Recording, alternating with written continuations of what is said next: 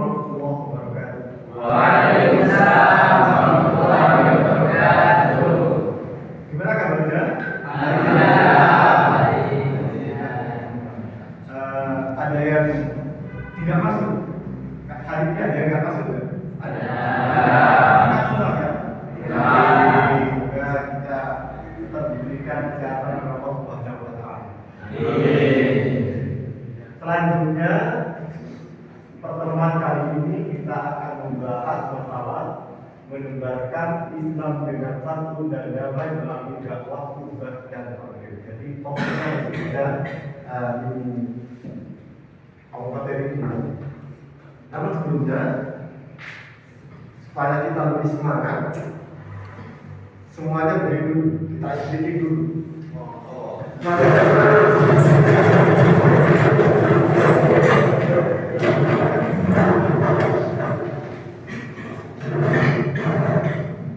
Dengarkan suara saya, jangan dengarkan gerakan saya. Paham?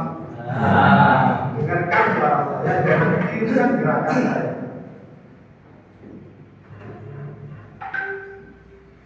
Pegang kepala. Kemudian pegang telinga. Kemudian perlihatkan mata dengan melotot.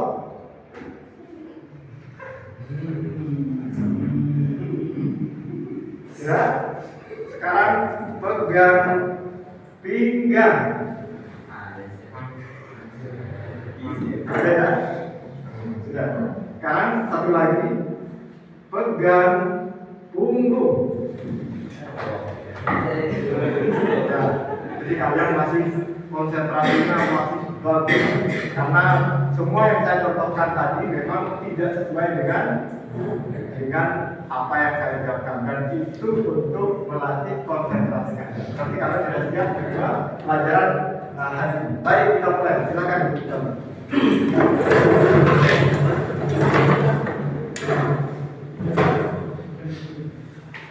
Bismillahirrahmanirrahim. Selanjutnya,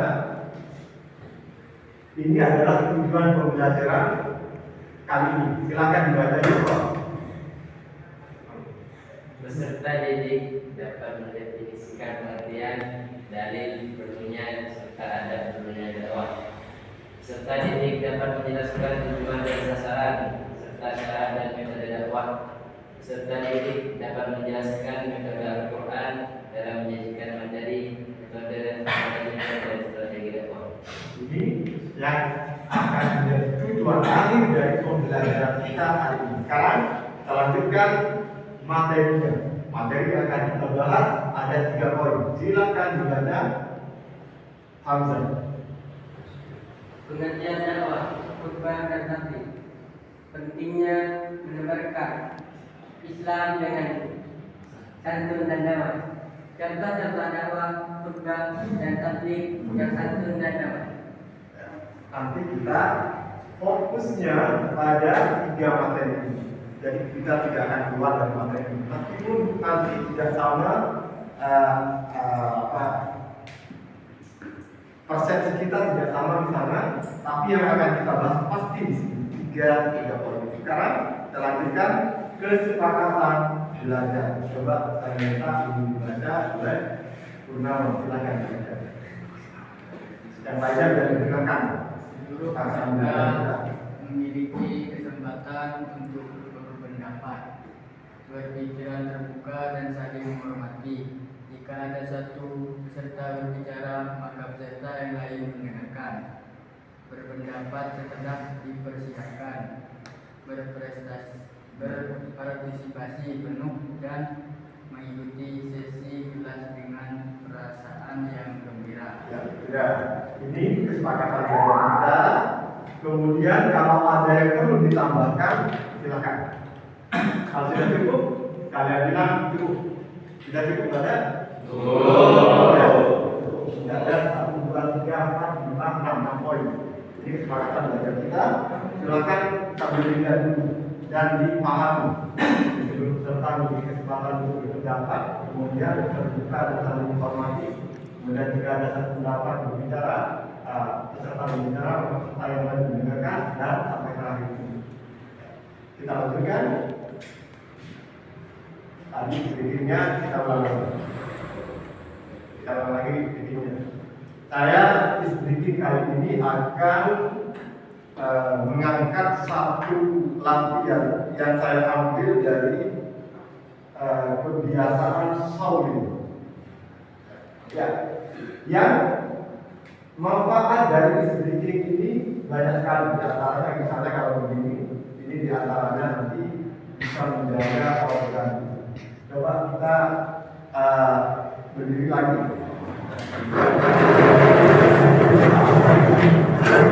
Kalau tadi kita perintah, kalau sekarang silakan ikuti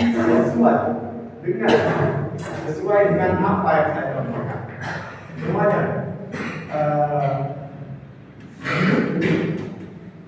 Kemudian ini kan. Ya. Semuanya.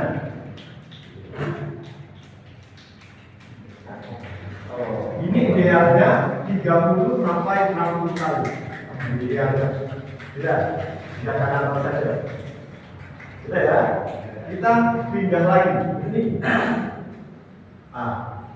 Ya, sudah begini.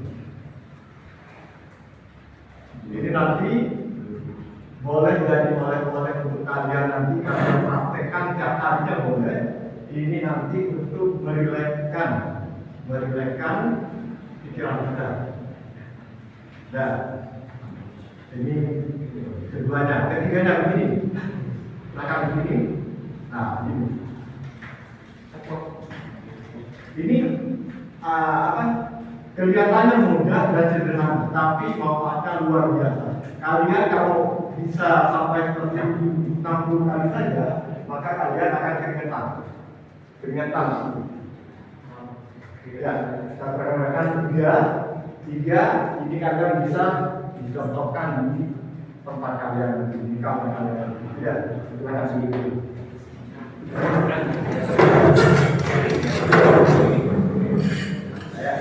Kita lanjutkan. Sekarang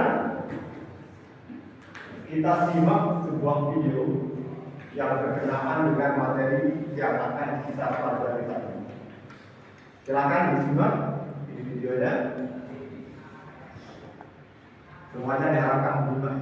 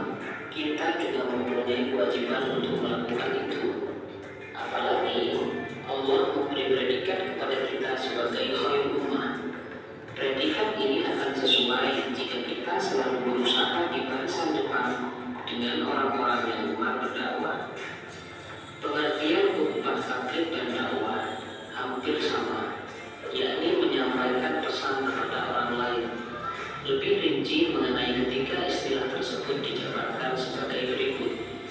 Pertama, khutbah. Kata ini berasal dari bahasa Arab khotbah yakhtubu khutbatan, yang bermakna memberi nasihat dalam kegiatan ibadah seperti sholat Jumat, sholat Idul Fitri, sholat Idul Adha, sholat istisqa dan sholat kusuf, wukuf, serta nikah. Menurut istilah, khutbah berarti kegiatan ceramah kepada sejumlah orang Islam dengan syarat dan rukun tertentu yang berkaitan langsung dengan keabsahan atau kesunahan dalam ibadah. Yang kedua, tabligh. Kata ini berasal dari bahasa Arab beliau yuballighu tablighun, yang berarti menyampaikan, memberitahukan dengan lisan. Menurut istilah, tabligh adalah kegiatan menyampaikan pesan Allah secara lisan kepada satu orang Islam atau lebih untuk diketahui dan diamalkan isinya. Yang ketiga, dakwah. Kata dakwah berasal dari bahasa Arab da'a yad'u da'watan, yang berarti memanggil, menyeru, dan mengajak pada suatu hal. Menurut istilah, dakwah adalah kegiatan mengajak orang lain, seseorang atau lebih, ke jalan Allah secara lisan atau perbuatan. Kegiatan dakwah bukan hanya ceramah, tetapi juga aksi sosial yang nyata, seperti santunan anak yatim, sumbangan untuk membangun fasilitas umum, dan lain sebagainya. Setelah kita memahami definisi khutbah, tabligh, dan dakwah, mari kita analisa fungsi dan kedudukan masing-masing. Khutbah sebagaimana dijelaskan di atas merupakan bagian dari aktivitas ibadah, maka khutbah tidak mungkin bisa ditinggalkan karena akan membatalkan rangkaian aktivitas ibadah. Adapun tabligh merupakan salah satu sifat wajib bagi Rasul, yakni menyampaikan wahyu dari Allah kepada umatnya. Semasa Rasulullah masih hidup, seluruh waktunya dihabiskan untuk menyampaikan wahyu kepada umatnya. Setelah Rasulullah wafat, kebiasaan ini dilanjutkan oleh para sahabat hingga kita pada saat ini. Sedangkan dakwah merupakan salah satu kewajiban umat Islam. Sebagian ulama ada yang menyebut berdakwah itu hukumnya fardu kifayah. Sebagian yang lain menyatakan bahwa hukum berdakwah adalah fardu ain. Walaupun begitu, Rasulullah tetap selalu menganjurkan agar kita berdakwah dengan kebaikan dan dengan cara-cara yang ma'ruf. Adapun yang menjadi ketentuan khutbah adalah sebagai berikut. Pertama, syarat khatib. Syarat ini meliputi Islam, balik, berakal sehat, dan mengetahui ilmu agama. Yang kedua, rukun khutbah. Rukun ini meliputi membaca hamdalah, membaca syahadatain, membaca sholawat, berwasiat takwa, membaca ayat Al-Quran pada salah satu khutbah, serta berdoa pada khutbah kedua. Yang ketiga, sunnah khutbah. Sunnah ini meliputi pertama, khatib berdiri ketika khutbah. Yang kedua, mengawali khutbah dengan memberi salam. Yang ketiga, khutbah hendaknya jelas, mudah dipahami, dan tidak terlalu panjang. Yang keempat, khatib menghadap jemaah ketika khutbah. Yang kelima, menertibkan rukun khutbah. Serta yang keenam, membaca surat Al-Ikhlas ketika duduk di antara dua khutbah. Sedangkan ketentuan tabligh adalah sebagai berikut. Pertama, syarat seorang muballigh. Syarat ini meliputi beragama Islam, mencapai batas usia dewasa atau balik, berakal sehat, serta mendalami ajaran Islam. Yang kedua, etika dalam menyampaikan tabligh atau etika dalam berdakwah. Etika ini meliputi pertama, bersikap lemah lembut, tidak kasar dan tidak merusak. Yang kedua, menggunakan bahasa yang mudah dimengerti. Yang ketiga, mengutamakan musyawarah dan berdiskusi untuk memperoleh kesepakatan bersama. Yang keempat, materi dakwah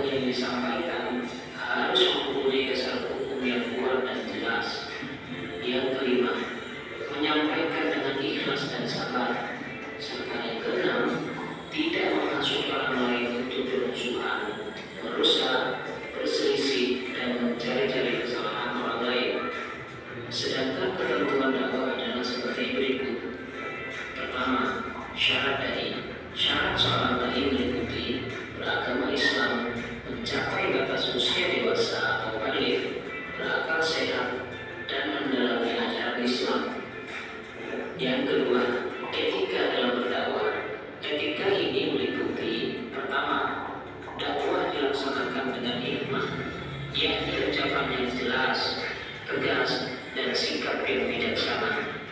Yang kedua, dakwah dilakukan dengan mau'izatul hasanah atau nasihat yang baik.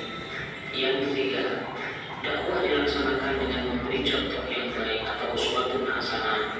Serta yang keempat, dakwah dilakukan dengan mujadalah, yakni diskusi atau tukar pikiran yang berjalan secara dinamis dan santun serta menghargai pendapat orang lain. Berikut merupakan perilaku mulia yang dapat diamalkan dalam kehidupan sehari-hari yang berkaitan dengan nilai-nilai khutbah, tabligh dan dakwah. Pertama, ketika melaksanakan sholat Jumat, hendaklah mengamati dan menyimak khutbah yang disampaikan khotib. Yang kedua, ketika melihat kemungkaran di sekitar kita harus mencegahnya dengan memberikan alasan yang logis, baik atas dasar agama maupun sosial dan yang lainnya. Yang ketiga, ketika melihat sesuatu yang baik, mencontohlah, dimulai dari diri sendiri, dari yang terkecil dan dari saat ini. Yang keempat, melibatkan diri secara aktif.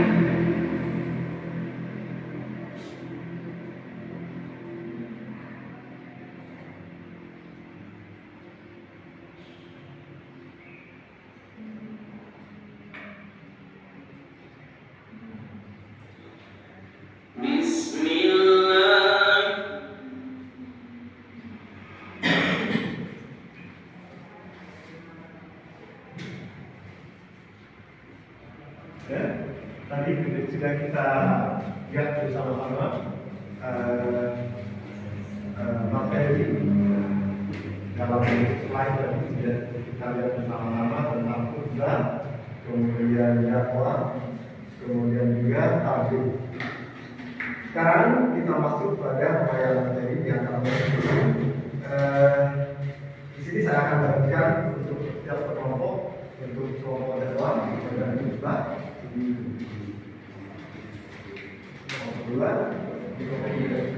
Silakan untuk dibaca lagi untuk dijadikan kesimpulan dan nanti di akhir waktu nanti kita batasi waktunya. Nanti setiap perwakilan kelompok saya minta maju ke depan untuk mempresentasikan hasil diskusinya dengan teman-teman kalian. Silakan, mulai sekarang kita mulai. Ada sebagian yang mengakses HP, silakan. Melengkapi materi yang tadi, kemudian materi buku ini, dan kalian boleh silakan searching di HP-nya. Silakan.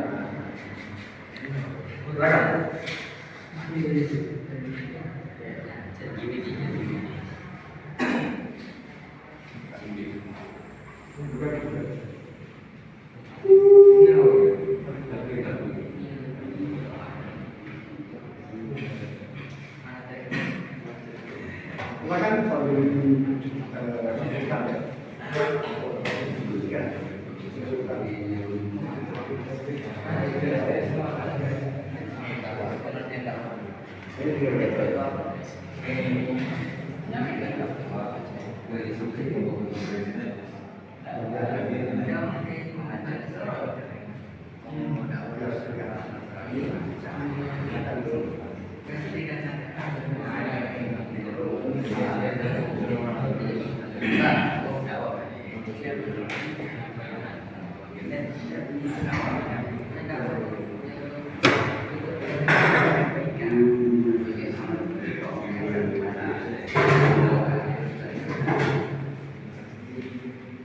Kalau ada kesulitan silakan tanya. Kalian dibebaskan untuk mencari tambahan materi sebanyak-banyaknya baik dari buku ini ataupun dari HP-nya. Silakan dibuka HP-nya.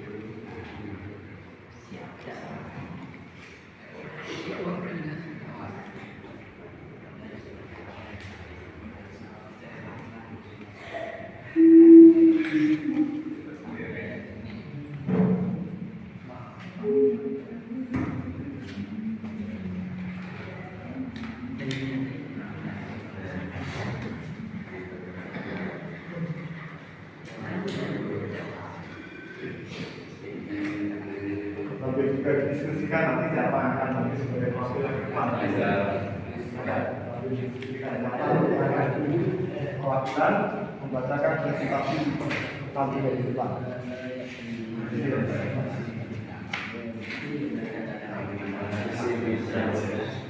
Jadi kelompok ini nanti ada sudah cukup.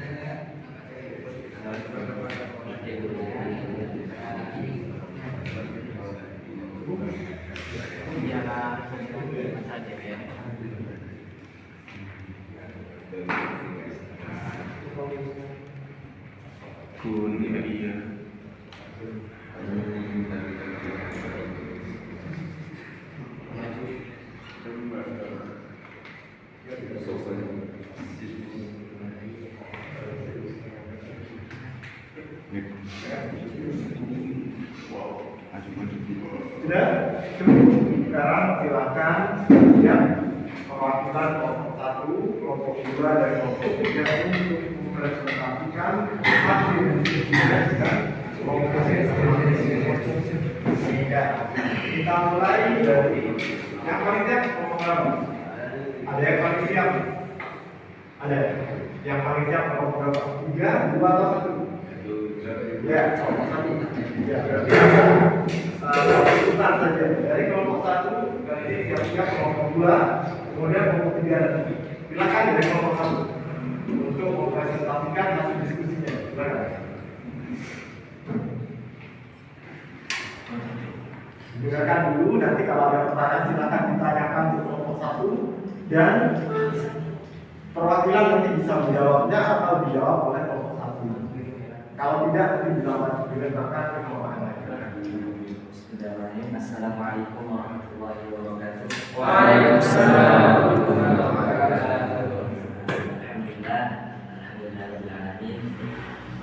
Wassalatu wassalamu ala asyrofil anbiya'i wal mursalin wa ala alihi wasallam. Pertama-tama marilah kita panjatkan puja dan syukur kita atas kehadirat Allah Subhanahu wa taala yang dimana telah memberikan kita berbagai nikmat, di antaranya nikmat sehat sehingga kita bisa berkumpul di kelas yang insya Allah berkahi. Amin. Berdiri saya di sini untuk memberikan pengertian yang telah kelompok kami rangkum, yakni tentang dakwah.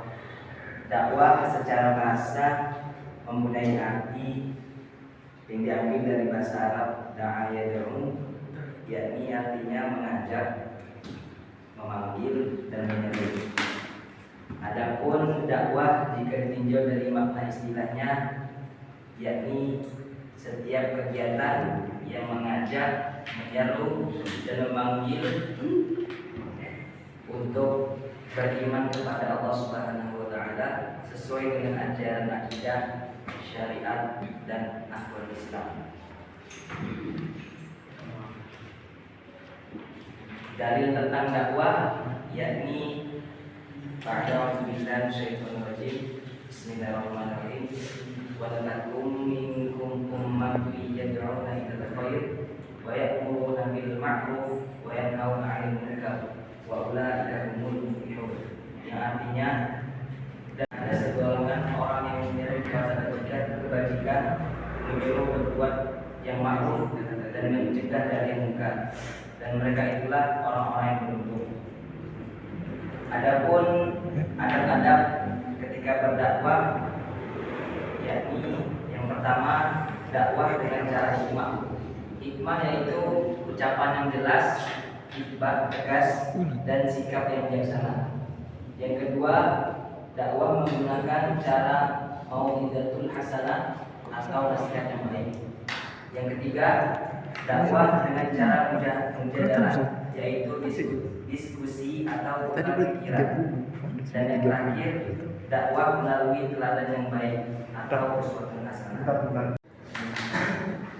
Dan yang terakhir, tujuan dan sasaran dakwah yakni yang pertama, sasaran dakwah memberi semangat kepada manusia agar selalu meningkatkan kualitas dan kuantitas amalnya dari baik menjadi yang terbaik. Sudah banyak amalnya agar diperbanyak lagi, serta dari yang sekedar mengejar formalitas menuju ke substansi, sehingga profil mukmin yang sejati menjadi nyata adanya. Tujuan dakwah jika merujuk kepada Al-Quran Surah An-Nur ayat 55, maka tujuan dakwah adalah menyeru dan mengajak segenap manusia agar konsisten dan istiqomah dalam beriman hanya kepada Allah Subhanahu wa Ta'ala dan tidak melakukan kemusyrikan, menjadikan seluruh aktivitasnya hanya beribadah kepada Allah. Dan yang terakhir, mengerjakan amal soleh dalam arti yang seluas-luasnya. Mungkin itu saja yang bisa saya sampaikan. Jika ada kurang dan lebihnya mohon maaf. Akhirul kalam, wabillahi taufiq wal hidayah. Wassalamualaikum warahmatullahi wabarakatuh.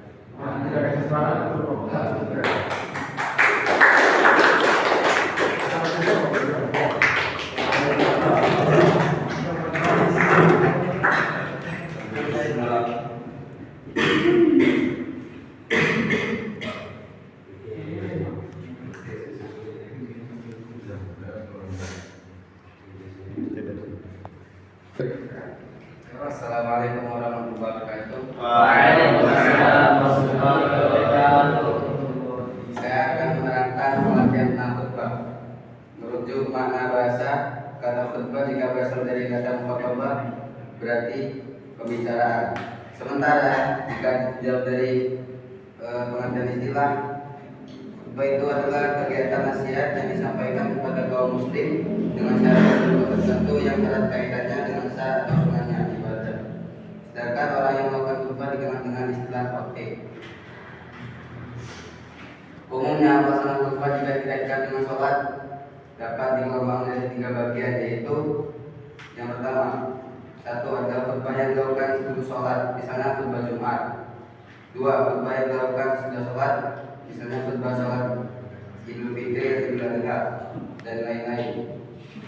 Dan 3, khutbah yang tidak berkaitan dengan sholat, misalnya khutbah nikah. Mungkin itu saja yang saya sampaikan. Mohon maaf. Assalamualaikum warahmatullahi wabarakatuh. Waalaikumsalam warahmatullahi wabarakatuh. Kita lanjutkan untuk waktunya. Ya, silakan masuk. Assalamualaikum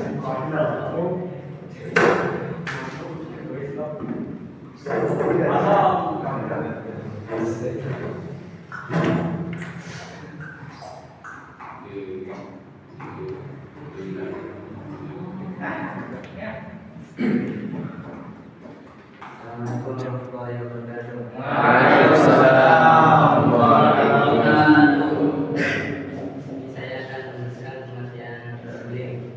Jadi tabligh bahasa artinya menyampaikan. Dan secara istilah punya ceramah yang tidak disertai dengan rukun seperti khutbah. Adapun dari tabligh alladzina yuballighuna risalatillah yaqtawnahu wa la yaqtawna ahadan illallah kata billahi ta'ala. Artinya yaitu orang-orang yang menyampaikan syariat Allah, Rasul yang menyampaikan syariat Allah kepada manusia. Mereka takut kepadanya dan tidak takut kepada siapapun selain kepada Allah, dan cukuplah Allah sebagai pembuat perhitungan. Terima kasih. Assalamualaikum warahmatullahi wabarakatuh. Waalaikumsalam. Kita kasih semangat dulu untuk kalian.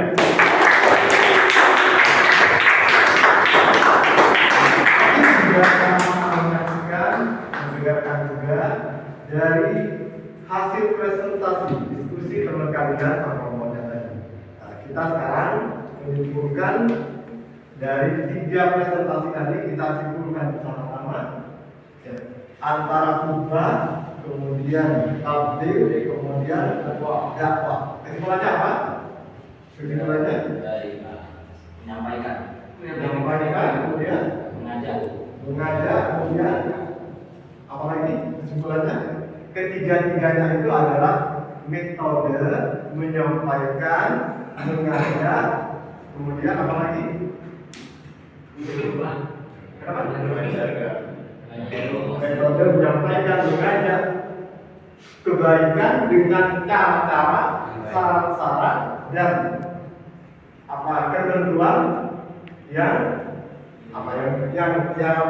khusus. Ketiga-tiganya kita tentang khusus ini.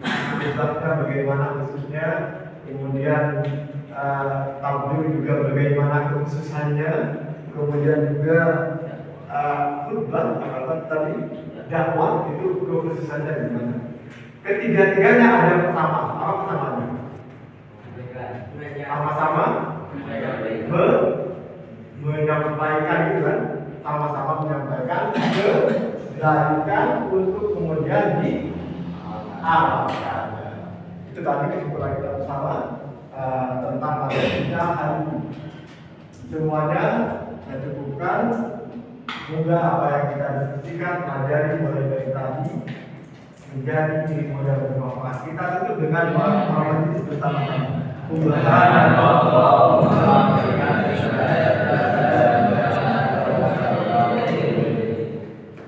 Assalamualaikum warahmatullahi wabarakatuh. Waalaikumsalam.